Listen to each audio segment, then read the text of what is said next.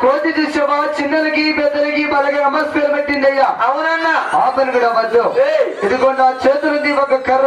అవును. ఈ కర్ర చూసుకొని కోతి ఏం చేయాలంటే పొద్దులేసి బరుగుదలు కాసుకురావాలి. కాదన్నా బరిగొడ్లు కాసుకురావాలి. ఓ బరిగొడ్లా? అవునన్నా. నేను బరుగుదలు అనుకున్నాను. కాదన్నా బరిగొడ్లు. అరే పొలం పోతుందా? అయితే పోతుంది. కమాన్.